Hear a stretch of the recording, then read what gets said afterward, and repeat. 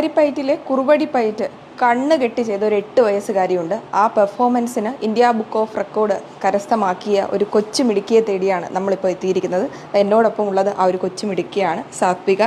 മോളെ, എങ്ങനെയാണ് കളരി പഠിക്കാനുണ്ടായ ഇഷ്ടമാണ് കളരി? മോക്ക് ഇഷ്ടപ്പെട്ട് പഠിച്ചു തുടങ്ങിയതാണോ? അതെ. എത്ര നാളായി പഠിക്കാൻ തുടങ്ങിയിട്ട്? 5 വർഷമായി.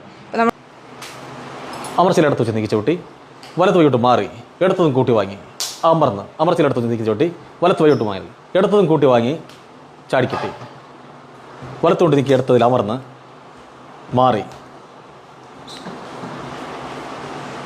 തുടങ്ങിയപ്പോൾ മറ്റ് വലിയ കുട്ടികൾ പ്രാക്ടീസ് ചെയ്യുന്നതിൻ്റെ കൂടെ വന്ന് പേടിയില്ല. സാധാരണ ഒരു കുട്ടിക്ക് അടി അല്ലെ വടിയൊക്കെ ഉപയോഗിക്കുന്ന സമയത്ത് നമ്മൾ 3-4 വിഭാഗമുണ്ട്. അതിനകത്ത് ബേസിക് സ്റ്റെപ്സ് കഴിഞ്ഞ ഉടനെ നമ്മൾ ഈ വടിപ്രയോഗത്തിലേക്ക് പോകും. അത് വലിയ കുട്ടികളെ പഠിപ്പിക്കുന്ന രീതി. പക്ഷേ ആ കുട്ടി അതിൻ്റെ കൂടെ ഞാൻ അറിയാതെ തന്നെ അവിടെ നിന്ന് കറങ്ങി ആ വടിയൊക്കെ എടുത്ത് ചെറുതായിട്ടൊക്കെ നോക്കുന്ന രീതിയെ കണ്ടിട്ടുണ്ട്. അപ്പോൾ എനിക്ക് മനസ്സിലായി തീർച്ചയായിട്ടും ഇത് പഠിപ്പിക്കാൻ പറ്റുന്നതാണ്. ഈ പയറ്റുന്ന കാര്യത്തിൽ വരുമ്പോൾ ഭയങ്കര ശ്രദ്ധയാണ്. അതെന്താണെന്ന് സസൂക്ഷ്മം വീക്ഷിക്കുന്ന ഒരു ഇത് കണ്ടിട്ടുണ്ട്. ബാക്കി കുട്ടികളുമായിട്ട് കളിക്കുന്നു, ചിരിക്കുന്നു അവരുമായിട്ടൊക്കെ. പക്ഷെ മറ്റ് പയറ്റ് നടത്തുന്ന സമയത്ത് ആ ചുവടുകൾ നമ്മൾ അതിനങ്ങനെ അടിസ്ഥാനമായിട്ട് പറയുന്ന ബേസിക് സ്റ്റെപ്പാണല്ലോ, അത് കൃത്യമായിട്ട് പാലിക്കുന്നുണ്ട്.